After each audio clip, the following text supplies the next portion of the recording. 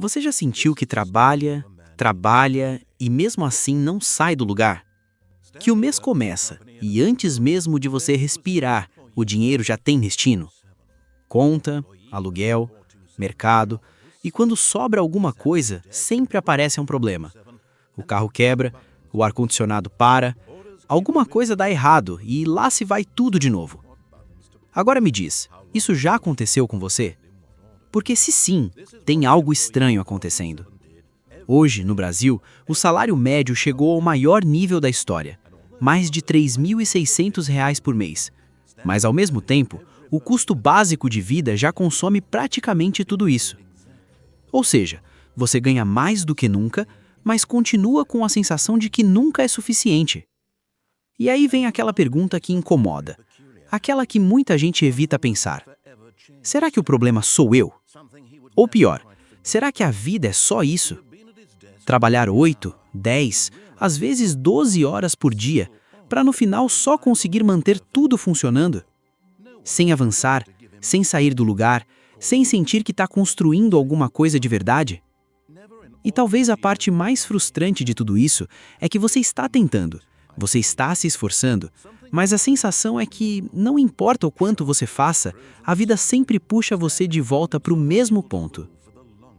Agora deixa eu te fazer uma pergunta, e responde com sinceridade. E se o problema não for você? Talvez essa sensação de estar preso, de viver no automático, de trabalhar e não avançar, não seja uma falha pessoal. Talvez exista uma lógica por trás disso. E é exatamente isso que a gente vai começar a entender agora. O limbo da vida. Quando existir não é avançar. Tem um momento que muita gente começa a sentir, mas não sabe explicar. É como se você estivesse vivendo, mas não estivesse realmente no controle da própria vida. Você acorda, trabalha, resolve o problema, volta para casa, descansa um pouco e no dia seguinte, tudo de novo. E não é que você está parado. Você está fazendo coisas, você está se esforçando, você está tentando. Mas mesmo assim, a sensação é que nada muda de verdade. É como se você estivesse preso em um ciclo, onde tudo acontece, mas nada evolui. Eu gosto de chamar isso de o limbo da vida. E talvez a forma mais fácil de entender isso é com uma comparação meio estranha, mas muito real hoje em dia. É como se você fosse um NPC dentro de um jogo. Sabe aqueles personagens que estão lá, andando de um lado para o outro, repetindo as mesmas falas, fazendo sempre a mesma coisa, mas que não decidem nada? Eles fazem parte do mundo, mas não controlam o que acontece nele. Agora deixa eu te fazer uma pergunta e responde com sinceridade. Quantas das escolhas da sua vida foram realmente escolhas? Porque para muita gente não foi bem assim. Tem gente que não escolheu o trabalho que tem, escolheu o que apareceu, o que dava para pegar, o que pagava alguma coisa. Às vezes era isso ou nada.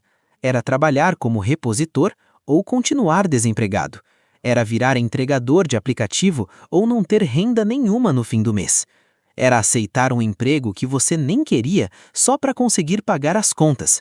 E quando a escolha é entre trabalhar ou passar necessidade, isso não é exatamente uma escolha, é sobrevivência. E quando você vive assim por muito tempo, algo começa a mudar dentro de você.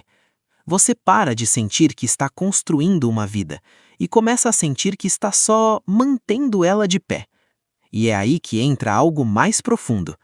Lá atrás, um filósofo chamado Karl Marx tentou explicar exatamente esse tipo de sensação. Ele chamou isso de alienação.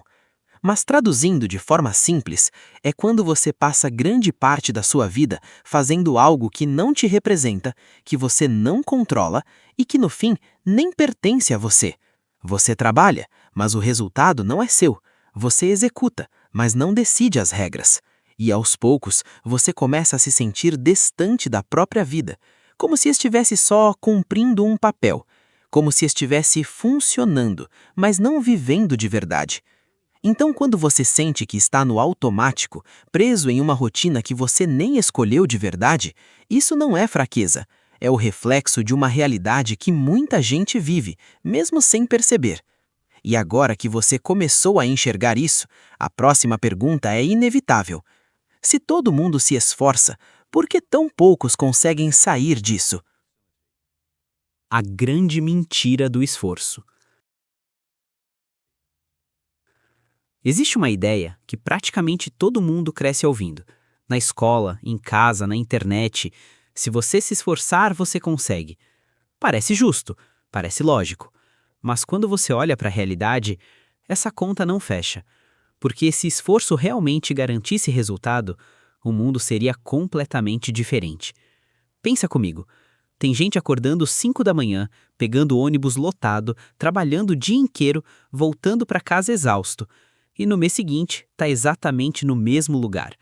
Pedreiro, enfermeira, motorista de aplicativo, atendente de mercado. Gente que trabalha muito, mas muito mesmo. Agora deixa eu te mostrar uma coisa que deixa isso ainda mais claro. Eu tenho um amigo que trabalha como faxineiro terceirizado dentro de um banco. Ele não está ali batendo meta, ele não participa das decisões, ele só mantém um ambiente funcionando. Mas justamente por isso, ele vê tudo. Ele vê a gerente pressionando os funcionários, cobrando resultado, meta, meta, meta. Gente sendo puxada no limite todos os dias. E mesmo assim, no fim do mês, a realidade dessas pessoas muda muito pouco, porque aquele esforço todo não volta para elas na mesma proporção. E talvez uma das formas mais simples de entender isso é numa frase que todo mundo já ouviu: casa de ferreiro, espeto de pau. O cara trabalha o dia inteiro construindo, levantando parede, fazendo casa para os outros, mas chega na própria casa e não tem tempo nem energia para arrumar a dele. Isso é bizarro, mas é comum. E é aí que você começa a perceber uma coisa desconfortável. O esforço está ali, mas o retorno não acompanha. E quando você olha para os dados, isso fica ainda mais claro. Nos últimos anos, milhões de brasileiros até conseguiram melhorar de vida. Mais de 17 milhões de pessoas subiram de classe recentemente. Mas quando você aprofunda, a realidade muda. Porque quem nasce na base da pirâmide pode levar, em média, até 9 gerações para alcançar uma renda média. 9 gerações. Ou seja, sim, existem histórias de sucesso, mas elas são exceção, não regra. E é aqui que a grande mentira começa a aparecer. Não é que esforço não importa. Ele importa, mas ele não é suficiente, porque o jogo não começa igual para todo mundo e nem recompensa todo mundo da mesma forma. Então, quando você olha para sua vida ou para quem está ao seu redor e vê todo mundo tentando, mas poucos realmente saindo do lugar, talvez o problema não seja a falta de esforço. Talvez o problema seja a promessa que te fizeram sobre ele. O esforço não é inútil, mas acreditar que ele sozinho resolve tudo é o que mais gera frustração. Porque quando o resultado não vem, a culpa cai em você, quando na verdade existe algo muito maior por trás disso. E agora a gente vai entrar exatamente nisso. Quem define as regras do jogo e por que você não controla elas? O jogo que você não controla. Até agora, a gente falou sobre esforço, sobre frustração, sobre essa sensação de estar preso. Mas agora vem a parte mais importante. Por que isso acontece? E para entender isso, você precisa enxergar uma coisa simples. Você está dentro de um jogo, mas você não controla as regras dele. E talvez a forma mais fácil de entender isso é pensando em um jogo de verdade, tipo o GTA San Andreas. No começo do jogo, você está em Los Santos, e ali você pode fazer várias coisas. Pode andar pela cidade, pegar carro, explorar, fazer pequenas atividades. Parece liberdade, né? Mas tem um detalhe importante. Você não pode avançar no jogo se não fizer as missões. Você não escolhe quando ir para a próxima cidade. Você não decide quando vai para San Fierro. Você só avança quando o jogo permite. E na vida real, funciona de um jeito muito parecido. Você pode até se mover, trabalhar, ganhar dinheiro, resolver problemas, mas o avanço de verdade não depende só de você. Porque as regras do jogo não foram criadas por você. Karl Marx tentou explicar exatamente isso. Ele falava sobre algo chamado meios de produção. Mas calma, traduzindo de forma simples, são todas as coisas que fazem o jogo funcionar. As empresas, as máquinas, os sistemas, as plataformas, a estrutura inteira. E o ponto principal não é o que são essas coisas, é quem controla elas. Porque quem controla os meios, controla as regras. E quem controla as regras, define como o jogo funciona. Hoje, por exemplo, um motorista de aplicativo pode até ter o carro, mas não controla o aplicativo, não decide o preço, não define as regras, não controla o fluxo. Ele joga, mas dentro de um sistema que já está pronto. E isso vale para praticamente tudo. Você trabalha, mas não decide quanto o seu trabalho realmente vale no todo. Você produz, mas não controla o resultado final. Você participa, mas não define como o jogo distribui as recompensas. E é por isso que muitas vezes não importa o quanto você se esforce, existe um limite invisível. Não porque você não consegue, mas porque o jogo tem regras. E essas regras não foram feitas por você. Então talvez o problema nunca tenha sido só esforço. Talvez o problema seja tentar avançar sem perceber que existe uma estrutura inteira definindo até onde você pode ir. E quando você começa a enxergar isso, tudo muda. Porque a pergunta deixa de ser o que eu estou fazendo de errado e passa a ser que tipo de jogo eu estou jogando. Por que alguns avançam e outros não? Depois de tudo isso, existe uma pergunta que fica no ar. Se todo mundo está jogando, se todo mundo está se esforçando, por que alguns conseguem avançar e outros não? E a resposta não está só no esforço, ela começa no ponto de partida. Porque na prática, nem todo mundo começa do mesmo lugar.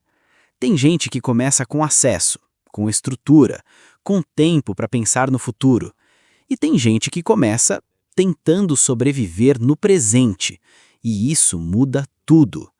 Mas aqui entra um argumento que muita gente usa e que parece fazer sentido à primeira vista.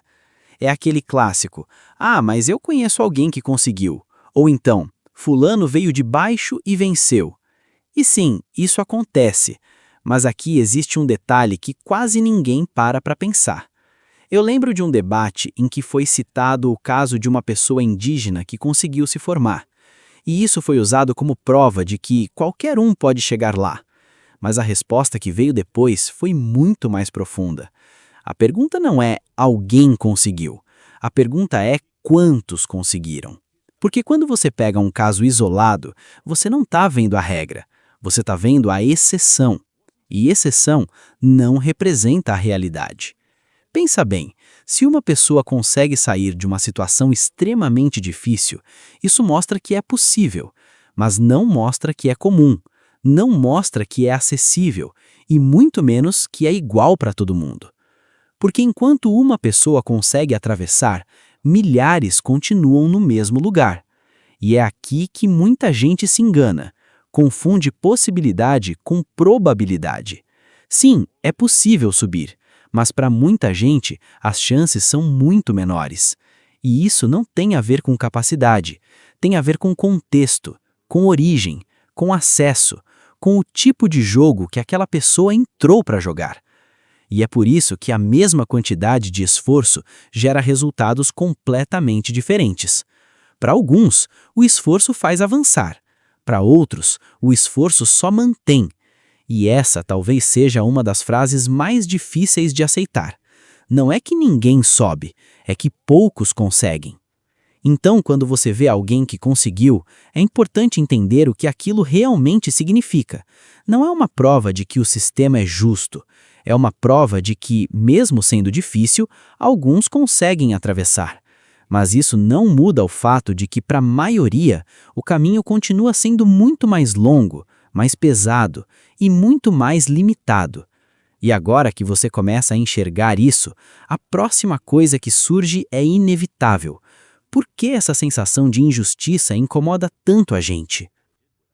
A dor da comparação.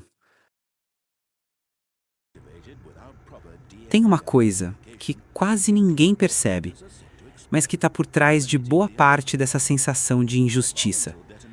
Não é só o trabalho, Não é só o dinheiro, não é só o esforço. É a comparação. Porque o ser humano, naturalmente, se mede pelos outros. Lá atrás, um psicólogo chamado Leon Festinger explicou isso de forma simples.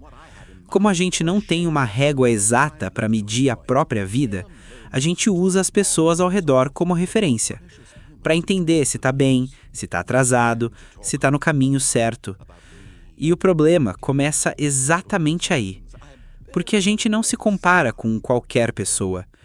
A gente se compara com quem está perto, com quem parece parecido, com quem, teoricamente, estava no mesmo ponto. É o primo que passou na federal e vira assunto dentro de casa. Olha lá, teu primo conseguiu. Às vezes nem é por mal, mas aquilo fica na cabeça. Porque não é um milionário distante. É alguém próximo, alguém real. Alguém que faz você pensar, se ele conseguiu, por que eu não? E isso vai além. Hoje, com rede social, isso ficou ainda mais intenso. Você vê alguém dizendo que fez R$ 1.000 em um dia, trabalhando com o aplicativo. Mas o que ninguém fala é o contexto. É um cara no Rio de Janeiro, com aeroporto, fluxo, demanda. E quem está no interior de Sergipe olha para aquilo e começa a se comparar. Mas o jogo não é o mesmo. A estrutura não é a mesma. As oportunidades não são as mesmas. E mesmo assim, a comparação acontece. E isso vai corroendo aos poucos, porque o cérebro não analisa contexto. Ele só vê a diferença e transforma isso em dúvida, em frustração, em sensação de atraso. E tem mais uma camada nisso tudo, que muita gente conhece, mas pouca gente fala. O famoso QI, quem indica. Aquele tipo de oportunidade que não aparece para todo mundo, que não depende só de esforço, mas de conexão, de acesso, de estar no lugar certo com as pessoas certas. E aí você percebe uma coisa ainda mais incômoda. Não é só sobre correr, é sobre onde você está correndo e com quem você está correndo. E é por isso que a comparação dói tanto, porque ela mistura duas coisas, uma diferença real de estrutura com uma percepção pessoal de fracasso. E essa combinação é uma das mais pesadas que existem. Então, quando você sente que está ficando para trás, talvez não seja só sobre a sua vida. Talvez seja sobre como você está medindo ela, comparando com realidades diferentes, com contextos diferentes, com regras diferentes. Porque, no fim, o que mais machuca não é a riqueza distante, é a proximidade da diferença. A contradição da sociedade. Depois de tudo isso, talvez você esteja começando a perceber uma coisa. A sensação de injustiça não vem só da sua vida. Ela vem de um conflito maior. Um conflito entre o que te prometeram e o que a realidade entrega. Lá atrás, um filósofo chamado Georg Wilhelm Friedrich Hegel dizia que a realidade funciona através de contradições. Ou seja, duas ideias opostas podem existir ao mesmo tempo, e é justamente esse conflito que move tudo.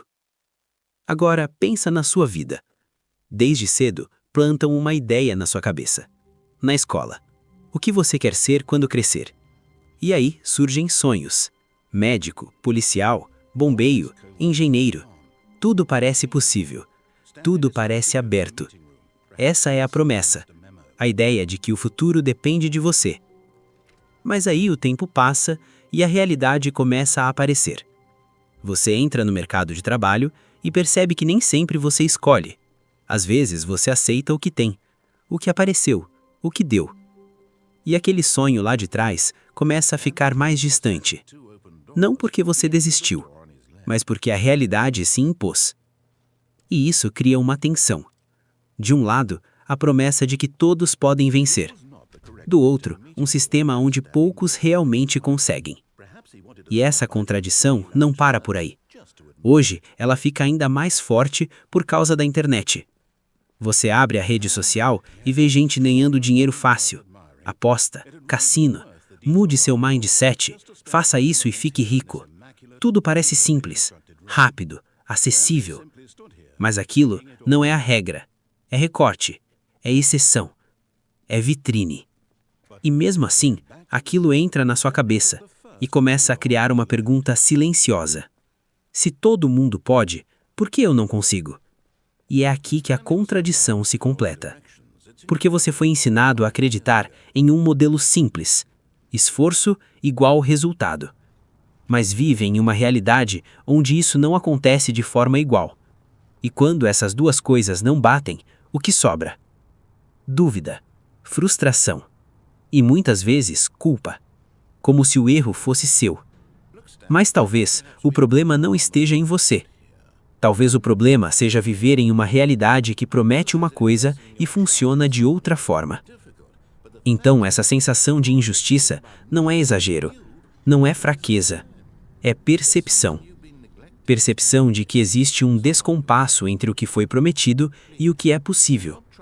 E quando você começa a enxergar isso, algo muda. Porque você para de se culpar e começa a entender o jogo de verdade. Entender muda o jogo. No começo desse vídeo, eu te fiz uma pergunta. Por que parece que você trabalha, trabalha e não sai do lugar? E ao longo de tudo isso, talvez você tenha começado a perceber uma coisa. Talvez o problema não seja você. Talvez não seja falta de esforço, nem falta de tentativa, nem falta de vontade.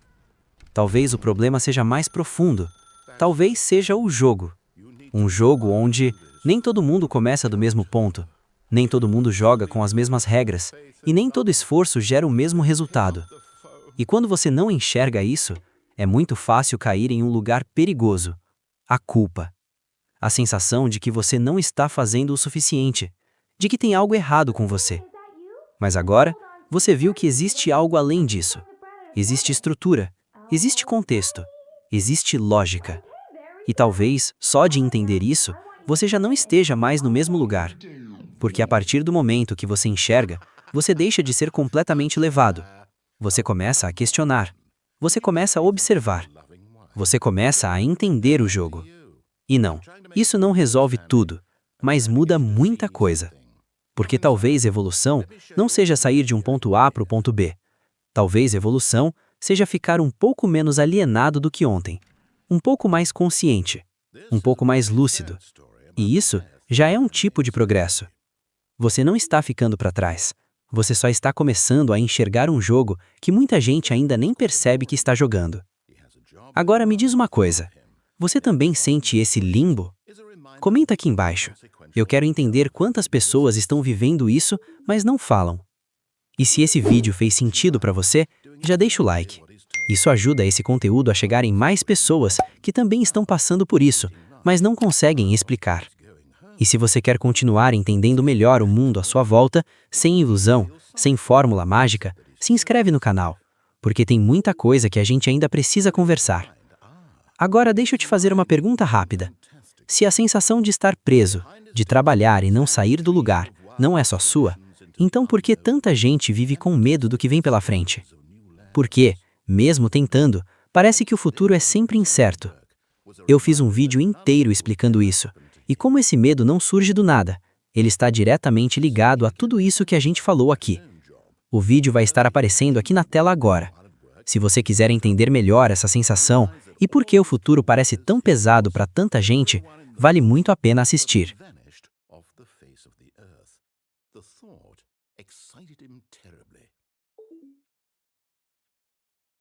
So he went further. He imagined that he came to two open doors.